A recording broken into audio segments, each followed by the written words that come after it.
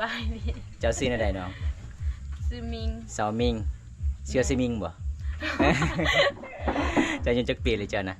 23 ปี23 ปีแล้วเป็นยังไงไอมาหอบนี่โสดอยู่บ่โสดจักเปอร์เซ็นต์ 100%เลยทุกคนเลยถามเขาได้จีบได้เนาะหนุ่มไทยหนุ่มลาวจีบได้บ่ได้เบิดพี่น้องเอ้ยยืนเจ้ามีจักคนน้องไอ้น้องมี5คนเนี่ยเขาเอาผัวมาแล้วเอาผือหมดแล้วเจ้าเป็นลูกสาวลาบ่บ่กลางลูกสาวกลางน้องหล่าเอาผัวโอ้น้องลาเจ้าเอาผัวโอ้ขดองแพงโมบันเจ้าเอาเวลาเอาผัวธรรมดาประมาณเท่าไรธรรมดานะพูดแล้วเองตาเห่าถือกันอ๋อถือตองปองดองกันเนาะมันเท่าไรขดอง7 ล้านสมมติว่าคันผู้บ่าวอยากจีบเจ้าเนี่ยเจ้าสิเอาผู้บ่าวอายุมันเท่าไรเนาะรุ่นน้องก็มักรุ่นอ้ายก็มักถล่มกันได้เป็นมันก้อนมาบ้านเฮาป่ะมันก้อนประมาณเท่าไรคันถ้าถึกใจกันนะเวลาลงโอ้ได้คันมีเงินกะพอกันเลยบ่มีกะติดหนี้เลยโอ้เป็นหนี้ได้โอ้ทุกคนเลยนี่เด้อพี่น้องเลยถ้าบ่ได้อยากมาจีบสาวลาวก็คือมาหาสาวมิ่งเลยทุกคนอีเมเซียแต่ค่อยยังน้อยแต่อายุยังน้อยแต่ค่อยเรียนอยู่ห้องม.2โอ้แสดงว่าโดนเติบเนาะหลังจากอีเมเซียก็คือรู้สึกหาเงินหาคำบ่เป็นเลยขึ้นยังบ่ออกเนาะมีแต่อายเอื้อยไผเลี้ยงโอ้โดยค่าดอกบ่แพงเพิ่นว่า7 ล้านกีบ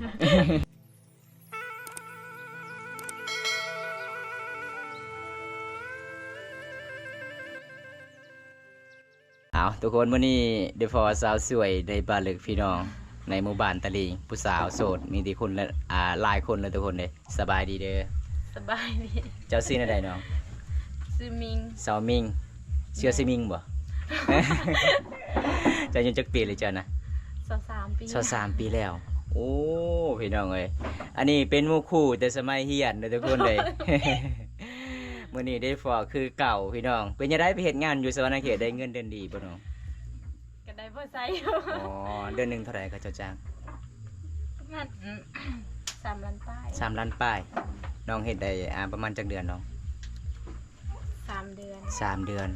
อ๋อพอดีได้เงินกลับบ้านประมาณเท่าไหร่หมดค่ารถเบิดค่ารถเลยเนาะโอ้เงินเดือน3 ล้านกีบอันนี้ก็ผู้สาวบ่เอื้อยเจ้าเอื้อยไผโอ้เอื้อยไฟก็งามเนาะมาจากบ้านใดเอื้อยไฟเจ้านี่มาแต่เซโปนโอ้สาวเมืองเซโปนเซใจด้วยทุกคน เป็นยังไงไอมาหอมนี่โสดอยู่บ่มีแฟนแล้วโสดจักเปอร์เซ็นต์100%เลยทุกคนเลย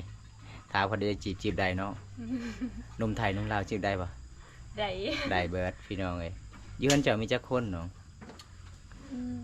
ไอ้น้องมี5คนเนี่ยเขาเอาผัวมาแล้วเอาผัวหมดแล้วเจ้าเป็นลูกสาวลาบ่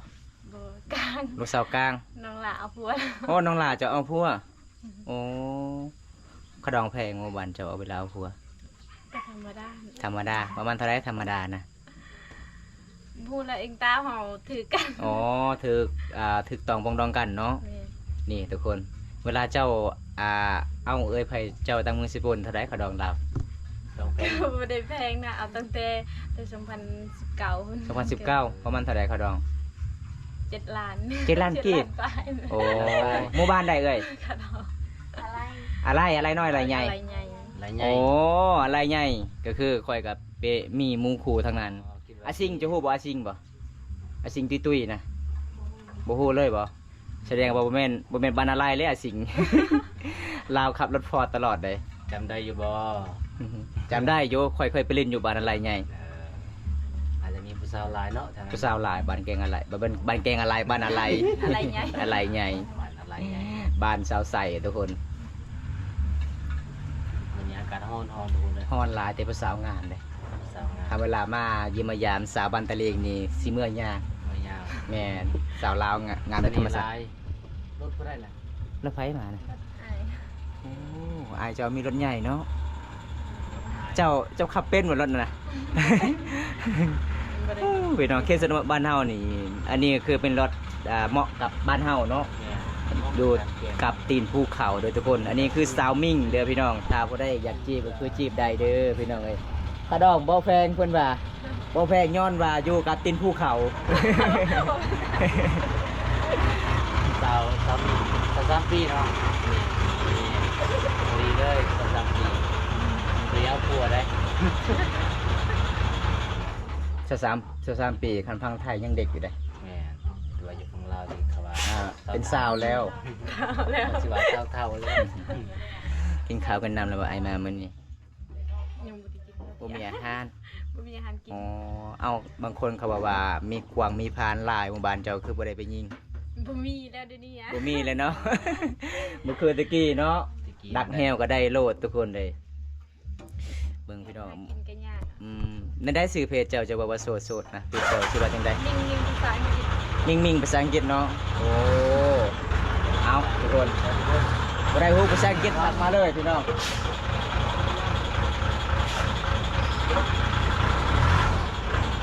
เอาลงต่อลุงอุ้ย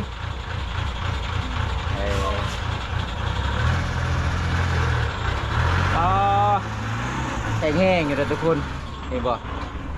รถอีหยังเพิ่นนี่ กำนัน กำนั่น รถมีกำและนั่นเลยทุกคนเลย คือรถไม่ของเขาเอาคืนอยู่ที่ไทย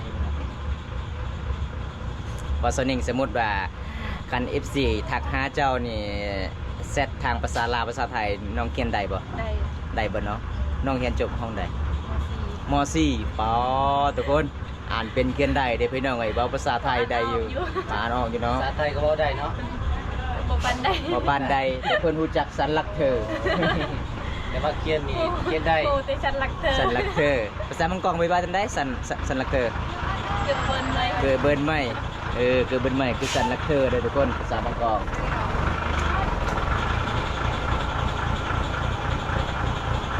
รถนี่แก่หลายเนาะประมาณจักต้นสมิ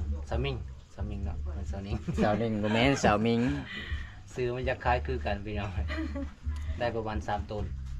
โอ้กัน มาโหกันเนาะเวลาเจ้านอนเนี่ยจะไปนอนเฮือนไผ่เนาะ นั่นเพิ่นไปอีก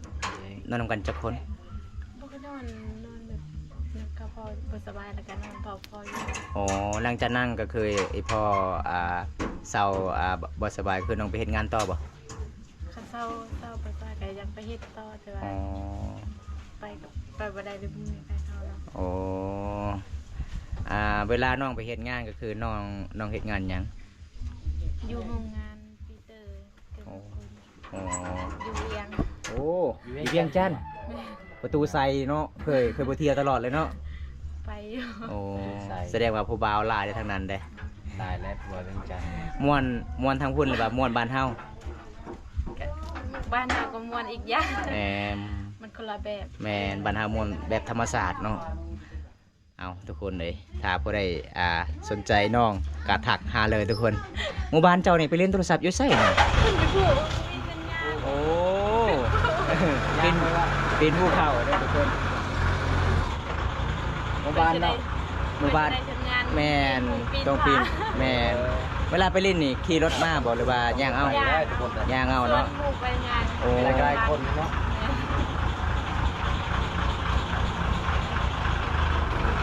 ย้วนเจ้าเฮ็ดให้หรือว่าเฮ็ดนา เฮ็ดให้ เฮ็ดนาทุกคนเลย เฮ้ย บ่มีบริการ ผมมีบริการแล้ว ป่าทุกคนมาเบิ้งนี่ถามไรมากเขตนครหลวงเวียงจันทน์เห็น นี่เนาะ สไตล์แบบนี้คือซาวนิ่งเลยเป็นซาวนิ่งซาวมิงเลยทุกคน ซื้อให้ขายกันกันแล้วกันยังเอาซื้อซาวนิ่งกันเนาะ น้องเห็นจบม .4 ทุกคนเลยน้องก็เว้าลาวได้เขียนภาษาลาวได้ภาษาไทยได้อ่านเป็นเขียนออกอยู่พี่น้องเลยเวลาขายเครื่องคองก็ขายได้เนาะเจ้าเนาะผ่านอยู่เนาะ อยู่ โอ้สมมติว่าคันผู้บ่าวอยากจีบเจ้าเนี่ยเจ้าสิเอาผู้บ่าวอายุมันเท่าได้เนาะโบบ่หรือว่ามักผู้บ่าวอายุรุ่นอ้ายหรือว่ามักผู้บ่าวรุ่นน้อง รุ่นน้องก็มักรุ่นอ้ายก็มักถ้าลมกันได้ ถ้าถือกันได้เนาะน้องบ่เกี่ยวเรื่องอายุทุกคนเลยรุ่นใดก็ได้พี่น้อง ลมเข้ากันก็ลมเข้าไป ถ้าถึกใจก็คือให้ไปคอไปมั่นไปมั่นก้อนมาบ้านเฮาบ่ มันก็ มันก่อนประมาณเท่าไหร่คันถ้าถึกใจกันนะเวลาลง โอ้ได้กันมีเงินกะพอกันเลยบ่มีกะติดหนี้เลย เป็นหนี้ได้ โอ้ทุกคนเลยนี่เด้อพี่น้องเลย ถ้าบ่ได้อยากมาจีบสาวลาวก็คือมาหาสาวมิ่งเลยทุกคนพี่น้องใจดีหลายเพิ่นว่าถ้าคือต้องกองรองกันนี่เพิ่นว่าแต่นี่ใดอืมเป็นจังได๋บ่าวงมันให้ FC เลยมื้อนี้มัน5,000กีบก่อน มันได้เลยครับ มันได้ดาวได้ ตะกี้เขาบอกว่า 2,000 ก็ได้เนาะ พันก็ได้ ตะกี้ทุกคน ไอ้ที่ว่าเพลงก็คือบ้านบ่มีสัญญาณ ยันทางผักบ้าน อยากมีคนดูแลเนาะโสดมาหลายปีแล้วเด้อทุกคนน้องกาบ่มีคนดูแล เพราะว่าย้อนคนบ่มีคนดูแลเพราะว่าหมู่บ้านน้องติดกับตีนภูเขา สัญญาณโทรศัพท์ลมกับผู้บ่าวมันยากก็เลยบ่มีผู้บ่าวเส้นหาทุกคนเลยเอาพี่น้องเอ้ยมื้อนี้ได้พอสาวสวยอีกคนหนึงบ้านป่าในป่าลึกพี่น้องซื้อสาวมิ่งคนงาม อายุ23ปีถ้าบ่ได้ยังจีบก็สามารถจีบได้ทุกคนเลยซื้อเพจของน้องภาษาอังกฤษเด้อพี่น้องมิ่งเด้อถ้าบ่ได้รู้จักภาษาอังกฤษคือสามารถทักหาน้องใดถ้าบ่ได้บ่รู้จักก็คือแล้วเลยแนมเบิ่งคลิปซื่อๆเนาะ เป็นหยังสาวลาวบ้านเฮานี่บางคนก็เขียนภาษาลาวบางคนก็เขียนภาษาอังกฤษบางคนก็อ่านบ่เป็นก็ยังเขียนภาษาอังกฤษเนาะเพจเนาะหมู่บ้านเจ้านี่สาวลาวหลายๆคนก็จะเรียนหนังสือบ่ บางคนไม่เรียน อ๋อประมาณจักคนก็จะเรียนหนังสือเนาะบ่หลายเนาะ อะไร อ๋อแสดงว่าจบม .4 คือมีแต่เจ้าผู้เดียวหมู่บ้านเจ้า จบม .4 แล้วก็โมไปจบม .7 อ๋อมี1คนม .7 แล้วก็ม .4 เจ้าแสดงว่า2คนเจ้าแล้วก็สาวเพลงมาจบม .3 โอ้แล้วกันม .3 มีแต่ รุ่นน้องเลยเป็นรุ่นน้อง อ๋อเพลงมารุ่นน้องเจ้า รุ่นน้องไป ป้าทุกคน เพลงมาจบรุ่นน้องเพิ่นจบรุ่นเอื้อ เราอยู่ห่างกับประมาณปลายปี เพลงมาได้อ๋อบ่าวงนี่จักปีเจ้า คอย23ปีสำคัญกับเรา โอ้ คือผู้หา ขวัญ63เลยเด้ คือผู้สาวที่เฮาไปเนาะบนตาเนาะมีแต่สาวมิงนี่ได้อายุหลายนะ เวลาแต่งงาน แม่นแต่งาม งาม งานเลยในหู ตัวจริงก็งามแล้ว ไอ้พ่อแม่จะไปใส่ตอนนี้ แม่คอยเชียร์แล้วยังติดพอไป ยังเด้พ่อ แม่ ไอ้พ่อที่บ่สบายเพิ่นบ่ แม่ โอ้อีแม่ แม่ เสีย คอยเชียร์แต่คอยยังน้อย แต่อายุยังน้อย แม่แต่คอยเหียนอยู่ห้องม .2 โอ้แสดงว่าโดนเติบเนาะ แม่ อืมหลังจากไอ้แม่เสียก็คือรู้สึกหาเงินหาคำบ่เป็นเลย ขึ้นยังบ่ออกเนาะ มีแต่อายเอื้อยไผเลี้ยง โอ้โดยเฮ้ยไผกับเจ้าก็ใจดีเนาะได้ไผตีมือสิโปนว่ามันง่ายทุกคน มี เลย 2 คน มีอาย2 คน อืม ทางนั้นก็แม่นบ่ แม่น้องเป็นอายกบ ไอ้ อายกลาง เออ มีที่2 คืออยู่นำมีพอนี่ก็เป็นนายกลาง แม่ ไอ้กบก็ลงเรือนต่างเลยเนาะ อืมนี่ทุกคนเพิ่นได้เอ้ยไผใจดีขะดองบ่แพงเพิ่นว่า7ล้านกีบ คันขะดองเจ้าเท่าใดเจ้าสิเอานะ 30 30เห็นบ่ทุกคน 10 ล้าน ใจดีเด้30 บัดเอ้ยเพิ่นนี่7ล้าน 30ก็เบาๆเลยเด้อ เบาๆแล้วเนาะ เงินหามันเฟ้อเด้ 30 ล้านก็คือมาแต่งได้เลย สาม นี่ 30ล้านก็คือคันเฮาซื้อเบียร์ซื้อข้าวมันก็หมดเลยเด้มึงเงินดอกแล้วเนาะเพราะว่าบ้านเฮา ค่า ก็ เบียร์มันก็แพงนะดิ แม่นทุกคนเลย30ล้านมันได้แต่งได้แต่คนสาวมิงคุณงามอันนี้คือไอ้ฟอเพิ่นมีแต่ไอ้ฟอพี่น้องเราเป็นลูกคำผาเด้อทุกคนเลยบ่มีแม่พี่น้องมีแต่ไอ้ฟอใครแต่น้องสาวเพิ่นมีอ้ายอยู่นำ แม่นพอเพิ่นก็เท่าแล้วเนาะ เท่าแล้ว พอได้อยู่ประมาณ60 70แล้วทุกคนเลยก็ประมาณเท่านั้นแหละส่วนลูกสาวก็อายุก็สิหลายแล้วเนาะ น้องกลับมาแต่นครเลยเมืองจันทน์ประมาณ7เดือนแล้ว 2 เดือน 2 เดือนแล้วโอ้2 เดือน ป ทุ ระ กค สิ น บกลับแต่พอบ่สบายไปกัน ก็เลยมาเบิ่งทอ บ่มีไผดูแล อายก็ไปเวียกตลอด อ้ายเอื้อก็คือเฮ็ดให้เฮ็ดสวนเอานี่ล่ะทุกคนวิถีชีวิตน้องสาวหมิงเด้อทุกคนเลย เวลาพอได้อยากทักหาน้องกลางคืนเด้อทุกคน ประมาณจังโมง ประมาณ7 โมง 8 โมง โอ้7 โมง 8 โมงกลางคืนจึงมีสัญญาณ กลางคืนแล้วถ้าไปดินถ้าบ่ไปดินกับบ่มีสัญญาณ โอ้เวลาปิดเด้เป็นนี่เวลาปิดอ่อนประมาณจังโมง10 โมงบ่ 10 โมง11 10 โมงลงเลยเนาะแต่ผู้เนาะ แม่น เวลาไปเนี่ยต้องถือไฟฉายไปพร้อม ถือโทรศัพท์นั่นแหละ โอ้ ไปใส่โทรศัพท์ ลำบากหลายบ้านเฮาเนาะอยู่กับตีนภูเขา ลำบกเลย โอ้ทุกคนเลยหมู่บ้านที่บ่มีสัญญาณโทรศัพท์ติดกับภูเขาโดยทุกคน แม่น แต่เวลาทักหาหมู่บ้านน้องนี่คันทักหาบ่ติดต้องไปเบิ่งตัวจริงในเฮือนอีกเลยทุกคน มาหาได้ มาหาได้เลยพี่น้องเอ้ย ถ้าบังเอิญก็ได้พ่อเนาะ แม่ ถ้าบ่ได้บังเอิญน่ะแล้วน้องไปเวียกไปหายไปหน้าแล้วทุกคนเลย บุญบ่พอแล้วก็แล้ว มื้อนี้บุญพอเนาะ ก็ไป บนตากับบวงนี่บุญได้พอแล้วได้พอน้องอยู่เวียงจันทน์น่ะสัญญาณเนี่ยมืดเนาะนอนพลิกทางใดก็ได้ คนละคิดว่าเจ้ายังบ่ทันได้กลับมาแต่นครหลวงเลยกลับมาแล้วไปโดนแล้วเนาะอันนี้ผู้ใดนี่นะ มันลูกไป ลูกชาย ใช่ โอ้ ใช่ แสดงว่าน้องได้ลูกหนึง แม่ อ๋อเป็นหยังคือได้ลูกหนึงเลิกกับผัว ปะกันกับผัว อ๋อเข้ากันบ่ได้ แม่อยู่นำกันบ่ได้ก็แยกย่างกันไป น้องแยกทางประมาณจักปีเลยน้อง ปีหนึงแล้วเต็มปีหนึง เต็มปีหนึงแล้วเนาะ แม่ อืมสาเหตุที่น้องอยู่นํกันบ่ได้กับผัวสาเหตุหยังเนาะ แล้วบ่สบายกันตั้งแต่เอากันกับ โอ้ มีแต่เจ็บมีแต่เป็นตลอด โอ้สมมุติว่าเวลาน้องเอากันแล้ว เวลาสมมุติว่าผัวแล้วเจ็บเป็นสาวผัวก็คือเจ้าอีกต่อ แม่ โอ้แสดงว่าบ่แม่นแสดงเนาะ บ่แสดง สุด เนาะ ท้ายน้องเลิกกับผัวก็คือน้องดีเลย ดีเลย อ๋อทั้งผัวเจ้าก็ดี ก็ดี โอ้แสดงว่ามันบ่แม่นแสดงเลยทุกคนเลยหาเงินหาคำมันก็ทุกข์อยู่เนาะคันอยู่นํกัน บ่เข้ากันนะ อยู่นํกันประมาณจักปีกับผัวเจ้า เนาะ ปี 4 ปีโอ้ทุกคนเลยนี่เด้อพี่น้องเอ้ยสาเหตุที่น้องเลิกกับผัวบ่แม่นว่าน้องหลาย ปีทำบิดมันก็พออยู่ได้แบบ ปีต่อไป ปีต่อไปแล้วก็มีแต่เจ็บมีแต่เป็น เป็นตลอดเลย เป็น เงินค้ำกะตำแก้วก็บ่ได้เก็บเลย บ่ได้เก็บจิกเจอ มีแต่เป็นผัวตลอด แม่ อ๋อ ซื้อนั่นได้ลูกจ้ะ ชิตนา สิทธนาโอ้ ซื้อลินเดินซื้อสิ้นซื้อแทนชิตนา อายุจักปีเลยนี่ 3 ปีปลาย 3 ปีไปนี่ทุกคนสาเหตุที่น้องเลิกกับผัวบ่แม่นน้องเจ้าสู้บ่แม่นผัวเป็นผู้สาวทุกคนอยู่นํกันบ่ได้ ตัว เพราะ ดีอยู่อยู่ทำกันบ่ได้เป็น แม่ ไปบ่ได้ น้องยอมรับว่าผัวก็ใจดีอยู่ทุกคนเด้แต่เวลาอยู่น้ำกันเป็นไข่บ่สบายตลอดเงินคำซ้ำแก้วหาซ้ำได้ก็เบิดเนาะเป็นผัวตลอดสุดท้ายเลิกกันก็คืออยู่ทั่วไปแต่วันบัดนี้บ่มีการเจ็บการไข้เลย นี่ทุกคนเนี่ยไซแดนเฮาบ่เข้ากันบ่ได้ทุกคนถ้าพอได้อยากมีคนดูแลก็ต้องน้องมีลูกหนึงนะทุกคนเลยลูกสายเพิ่นพี่น้องลูกสายก็หล่อเลย ส่วนลูกติด แล้วฮู้จักภาษาลาวบ่ บ่จักว่า บ่ระบุ บ่ฮู้เลย จะสอนภาษาบ้านเจ้า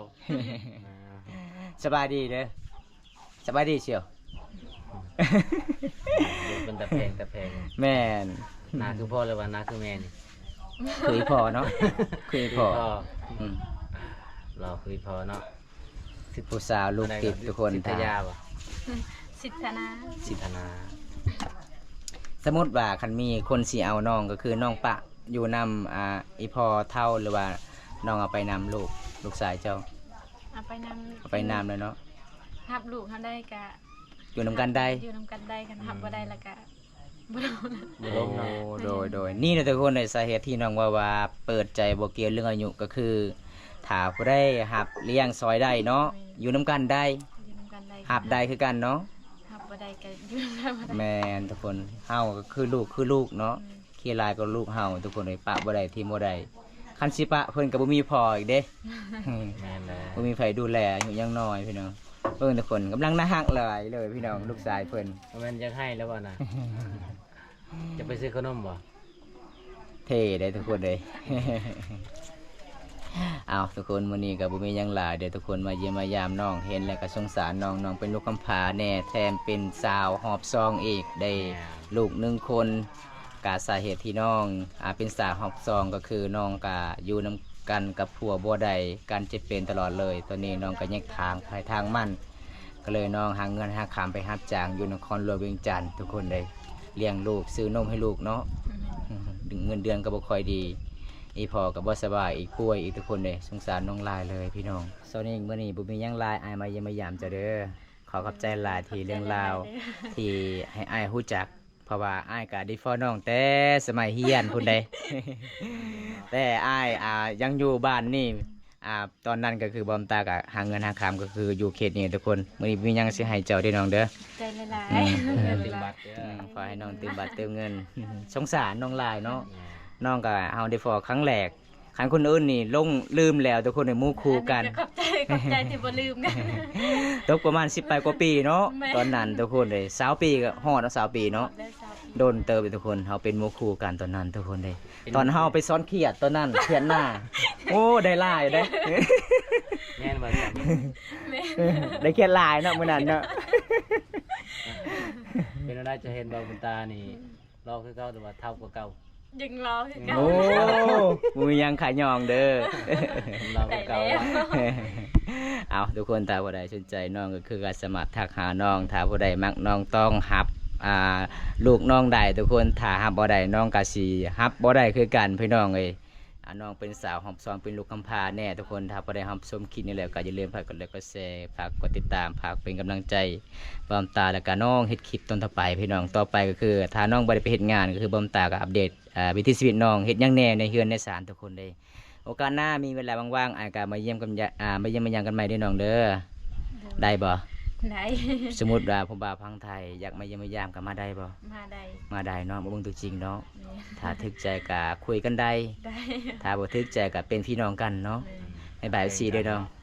บ๊ายบาย